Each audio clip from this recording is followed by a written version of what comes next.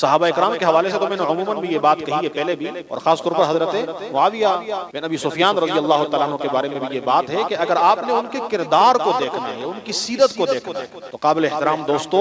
آپ اگر صرف تاریخ کو بنیاد بنا کر وہاں پر ان کے سیرت کے مختلف گوشے تلاش کرو گے تو وہ خالص تاریخ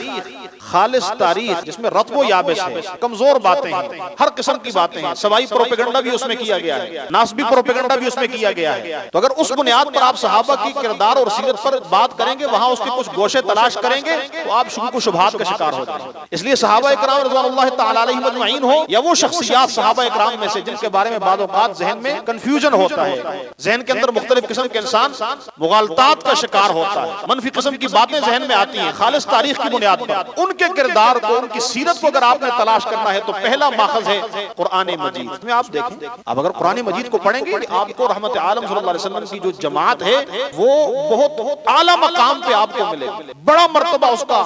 آپ کے سامنے آئے۔ لیکن آج کل لوگ قرآن مجید کو بھی چونکہ ایک مخصوص منفی ذہن رکھ کے پڑھتے ہیں نا، تو ان کو ہمیشہ صحابہ اکرام کی سیرت کے اندر بھی نعوذ باللہ ثم نعوذ باللہ منافقین کی آیتیں یاد آ جاتی ہیں۔ وہ منافقین کی جو مختلف آیات ہیں نا، نعوذ باللہ، وہ مخلص صحابہ اکرام ہیں، وہ ان پر فٹ کرنے لگ جاتے ہیں۔ ارے بھائی، مختلف جنگوں کے موقع پر اس دور کے جو رہنے والے تھے، جو رحمت عالم صلی اللہ علیہ وسلم کے ساتھ ہو گئے تھے، میں اگر صرف ایک ہی غزوے کی مثال دوں، غزوہ احزاب کی مثال، جو ایک بہت بڑا غزوہ تھا، مشرکین مکہ، یہودی، عیسائی اپنا لاؤ لشکر لے کر گویا اپنے طور پر یہ طے کر چکے تھے کہ ہم مسلمانوں کا خاتمہ کرنے کے لیے جا رہے ہیں۔ بیت اللہ کے پاس، اس کی دیواروں کے پاس اس کے غلاف کو پکڑ کے قسمیں اٹھا رہے تھے کہ ہم اکٹھے ہوں گے اور مسلمانوں پر ایسی یلغار کریں گے اس کے بعد مسلمانوں کا بس خاتمہ ہو جائے۔ تو جب وہ مدینہ طیبہ پر حملہ آور ہوئے، ظاہر ہے جو منافقین تھے ظاہری طور پر رحمت عالم صلی اللہ علیہ وسلم کے ساتھ ملے ہوئے تھے، دکھا یہ رہے تھے ہم بھی مومن ہیں، ہم بھی مسلمان ہیں، تمہارے شانہ بشانہ لڑیں گے۔ لیکن جو ہی خطرے کے بادل منڈلانے لگے تو اب پتہ چلنے لگا کہ منافق کون ہے اور مخلص کون ہے۔ چنانچہ منافقین کہنے لگے ان بیوتنا عورا، ہمارے گھر تو خالی ہے، گھر میں کوئی دیکھ بھال کرنے والا نہیں ہے، ہم تو اپنے گھر سے باہر نہیں نکل سکتے، اور اس طرح کی دیگر آیتیں۔ وَإِذْ قَالَتْ طَائِفَةٌ مِّنْهُمْ يَا أَهْلَ يَثْرِبَ لَا مُقَامَ لَكُمْ فَارْجِعُوا وَيَسْتَأْذِنُ فَرِيقٌ مِّنْهُمُ النَّبِيَّ يَقُولُونَ إِنَّ بُيُوتَنَا عَوْرَةٌ، مختلف قسم کے حیلے بہانے کرنے لگے، اور اسی طرح مدینہ والوں کو ڈرانے لگے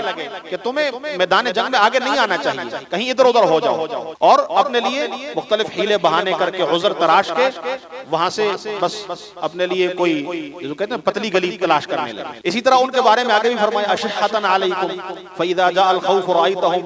ان کو مال کا حریص بتایا گیا کہ وہ اگر تمہارے ساتھ جنگ کے اندر شامل بھی ہوں گے تو مالی مفادات اس کا محرک ہے، یہ ایک دل میں امید ہے کہ مسلمان ہو سکتا ہے جنگ جیت جائیں تو اس کے بدلے میں یہ ہے کہ ہمیں کچھ مال مل جائے گا، مال غنیمت میں ہمارا حصہ مقرر ہو جائے، یعنی وہ مکمل مادے کے پیچھے گھوم رہے۔ تو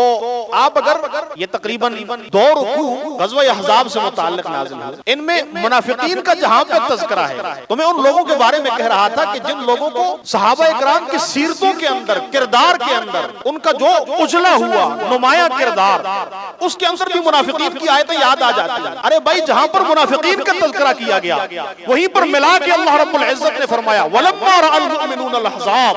قَالُوا هَذَا مَا وَعَدَنَا اللَّهُ وَرَسُولُهُ وَصَدَقَ اللَّهُ وَرَسُولُهُ وَمَا زَادَهُمْ إِلَّا إِيمَانًا وَتَسْلِيمًا۔ یہ منافقین کا حال تو یہ تھا کہ جب ان کو پتا چلا کہ لشکر امڑ آ رہا ہے ہمارے اوپر، ہمارا خاتمہ کر دے گا، تو وہ حیلے بنانے لگے، عذر تراشنے لگے۔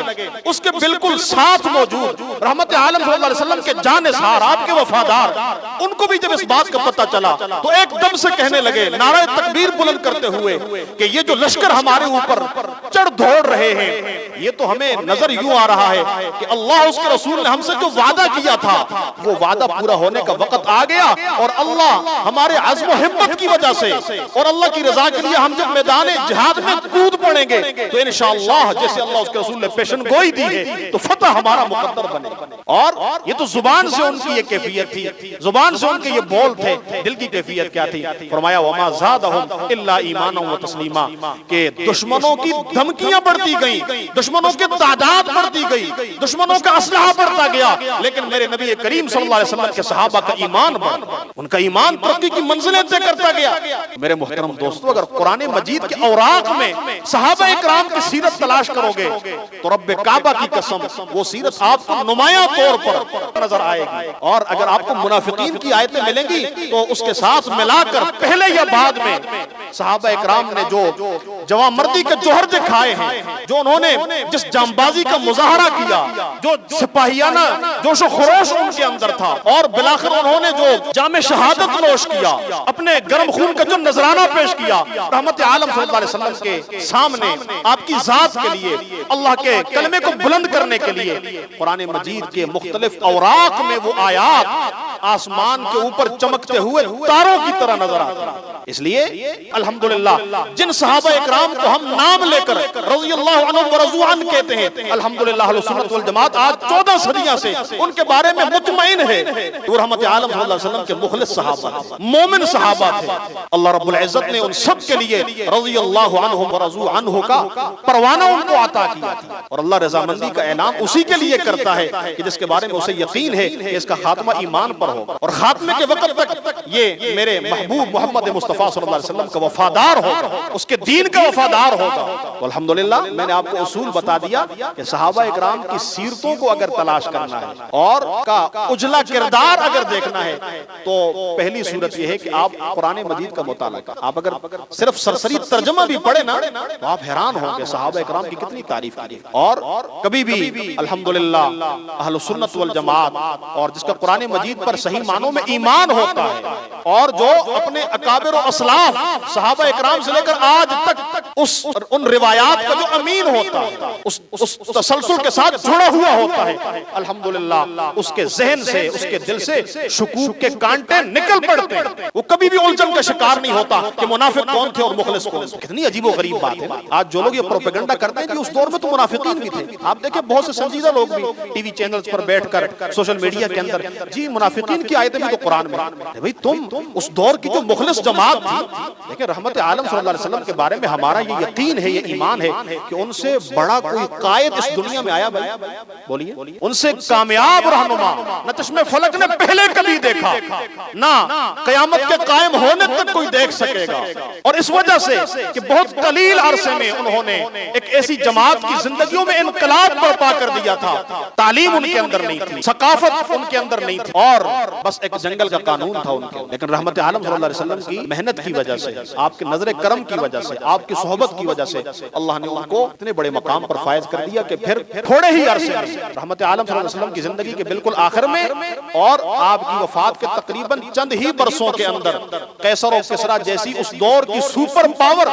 صحابہ اکرام کے قدموں کے اندر ڈھیر نظر آتی ہے. تو یہ بات تو ہم بطور فخر کے کہتے ہیں کہ اللہ کے رسول نے ایک عمدہ جماعت جس کی تعداد ہزاروں میں تھی، سینکڑوں ہزاروں، اور تقریباً حجۃ الوداع اور آپ کی رخصتی کے وقت تقریباً لاکھوں کے اندر تعداد ہو چکی تھی، اور جن کے ناموں کو باقاعدہ جمع کر لیا گیا. اسماء الرجال کی کتابوں میں باقاعدہ ایسی کتابیں ملتی ہیں کہ جن میں بائی نیم صحابہ اکرام کا تذکرہ کیا گیا. وہ ہزاروں کی تعداد میں ان کے ناموں کو محفوظ کر لیا. ان میں سے بہت سی شخصیات ایسی ہیں جن کی تعداد ہزاروں میں ہے، جنہوں نے رحمت عالم صلی اللہ علیہ وسلم سے باقاعدہ احادیث نقل کی. مثلا یہی آپ جن کے نام سے میں نے تذکرہ شروع کیا، حضرت معاویہ ابن ابی سفیان رضی اللہ تعالیٰ عنہ، صرف ان سے تقریباً بعض محدثین کہتے ہیں کہ 130 روایات منقول ہیں. کتنی روایات بھائی؟ 130 روایات. اور بعض محدثین فرماتے ہیں 163 روایات حضرت معاویہ رضی اللہ تعالیٰ عنہ سے منقول. بعض صحابہ تو ایسے تھے جن سے باقاعدہ سینکڑوں روایات منقول ہیں، بعض سے 100 سے بھی کم تعداد میں منقول ہیں، بعض سے منقول نہیں لیکن ان کا نام محدثین نے ذکر کیا ہے. تو اب جب ان کے نام بھی سامنے آ گئے، محدثین نے فیصلہ بھی کر لیا یہ صحابی رسول ہے، اس کے بعد بھی اگر کوئی آدمی مغالطے کا شکار ہے اور وہ یہ پروپیگنڈا کر رہا ہے کہ جی اس دور میں تو منافقین بھی تھے، تو میرے بھائیوں قرآن مجید کی ان آیات کے مقابلے میں، امت کے اس تعامل کے مقابلے میں اس کو چاہیے کہ وہ اپنے ایمان کا علاج کرے. اس کا ایمان مشکوک ہے، اس لیے کہ وہ صحابہ اکرام پر صرف اعتراض نہیں کرنا چاہتا، بالواسطہ وہ رحمت عالم صلی اللہ علیہ وسلم کے بارے میں یہ بات کرنا چاہتا ہے کہ نعوذ باللہ رحمت عالم صلی اللہ علیہ وسلم تو ایسی جماعت تیار کر کے گئے تھے کہ جن میں نہ منافقین کا پتہ تھا نہ مخلصین کا پتہ تھا. ہم تو کہتے ہیں کہ وہ جماعت مشخص تھی، وہ جماعت تو ایسی تھی کہ نام لے کر بھی اس کے بارے میں بتایا جا سکتا ہے، اس کی طرف اشارہ بھی کیا جا سکتا ہے. اس کی خوبیوں کو سامنے رکھتے ہوئے یہ کہا جا سکتا ہے کہ یہ وہ جماعت ہے، اولئک ھم المؤمنون حقا، مہاجرین و انصار کی یہ وہ جماعت ہے جو پکے مومن ہیں۔ تو الحمدللہ اہل سنت والجماعت تو کبھی بھی شکوک و شبہات کا شکار نہیں ہوئے، اس لیے کہ جہاں ان کے سامنے منافقین کی آیات ہیں وہیں پر مخلص ایمان والوں کی خوبیوں سے متعلق بھی آیات ہیں۔ اس لیے میرے محترم دوستو قرآن مجید کا مطالعہ کرو تاکہ آپ کے ذہن سے شبہات نکلیں، اور دوسرا رحمت عالم صلی اللہ علیہ وسلم کی جو حدیث ہیں ان کا مطالعہ کرو۔ اب آپ دیکھیں نا، ایک آدمی اس حدیث کو ہی پڑھے جس میں یہ انداز ہے، حضرت حمید بن عبد الرحمن فرماتے ہیں کہ سمعت معاویہ خطیبا یقول، تابعی فرماتے ہیں کہ میں نے حضرت معاویہ رضی اللہ تعالیٰ عنہ کو منبر پر خطبہ دیتے ہوئے سنا کہ وہ منبر پر بیٹھے ہوئے ہیں، لوگوں کو واعظ و نصیحت کر رہے ہیں، ظاہر ہے جمعے کا خطبہ ہوگا، اور یہ حدیث تو وہ عموماً بیان بھی کیا کرتے تھے، اور ان کے حدیث بیان کرنے کا میں نے انداز بھی بتا دیا کہ وہ الفاظ ایسے استعمال کرتے تھے جن میں جزم و یقین ہوتا تھا کہ رحمت عالم اور میرے درمیان کوئی واسطہ نہیں ہے۔ ان کی حدیث کی یہ ایک عمدہ شان تھی، خطابت کے انداز سے وہ یہ فرمایا کرتے تھے، حدیث کے یہ جملے آگے آدمی پڑھے، اور اس طرح کی دیگر احادیث جیسے میں نے عرض کیا کہ تقریباً حضرت معاویہ بن ابی سفیان رضی اللہ تعالیٰ عنہ سے 163 احادیث مروی ہیں، تو حدیث کے اندر اگر آپ ان کا کردار پڑھیں گے تو وہ تو آپ کو ایسے نظر آئیں گے کہ وہ ایسے حکمران تھے، وہ ایسے خلیفہ تھے کہ جو لوگوں کو واعظ و نصیحت کیا کرتے۔ وہ جب ممبر پر بیٹھتے تھے تو ان کی زبان مبارک سے قیمتی موتی جھڑتے تھے، حکمت کے، بصیرت کے، دور اندیشی کے، دانائی کے، وزڈم کے، اور وہ وزڈم کوئی ایسی نہیں تھی، وہ سیاست کوئی ایسی نہیں تھی جو انہوں نے اپنے طور پر ایجاد کی تھی، بلکہ اس کے پیچھے رحمت عالم صلی اللہ علیہ وسلم کے جو ارشادات ہیں وہ نمایاں نظر آتے ہیں۔ جیسے یہاں پر بھی وہ رحمت عالم صلی اللہ علیہ وسلم کی حدیث سنا رہے ہیں کہ من یرید اللہ بہ خیرا یفقہہ فی الدین، جس بندے کے ساتھ اللہ بھلائی کا ارادہ کرتا ہے اللہ رب العزت اس کو دین کی سمجھ عطا کرتا ہے، دین کی بصیرت عطا کرتا ہے، وہ دین کا جو صحیح فہم ہوتا ہے اس کا حامل بن جاتا ہے۔ تو میرے محترم دوستو، اللہ رب العزت ہمیں قرآن مجید کی آیات کے جو تقاضے ہیں اور رحمت عالم صلی اللہ علیہ وسلم کی احادیث کے جو تقاضے ہیں ہمیں ان پہ عمل کرنے کی توفیق عطا فرمائے، اور اللہ رب العزت ہمیں خالص ایمان والا بنائے۔